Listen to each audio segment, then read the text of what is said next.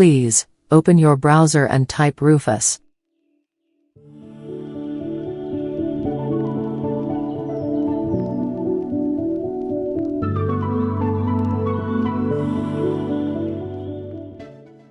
Download the newest version.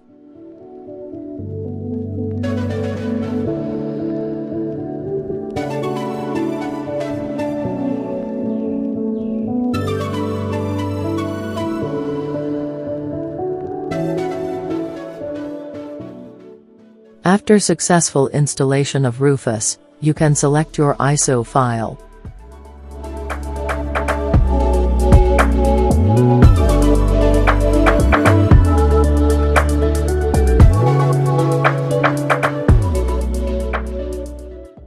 If your computer won't recognize bootable USB during the installation process, please repeat this action and change partition scheme to MBR.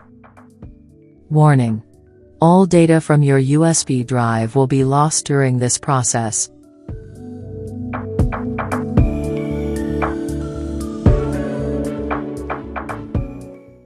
This process might take a while depending on your computer hardware.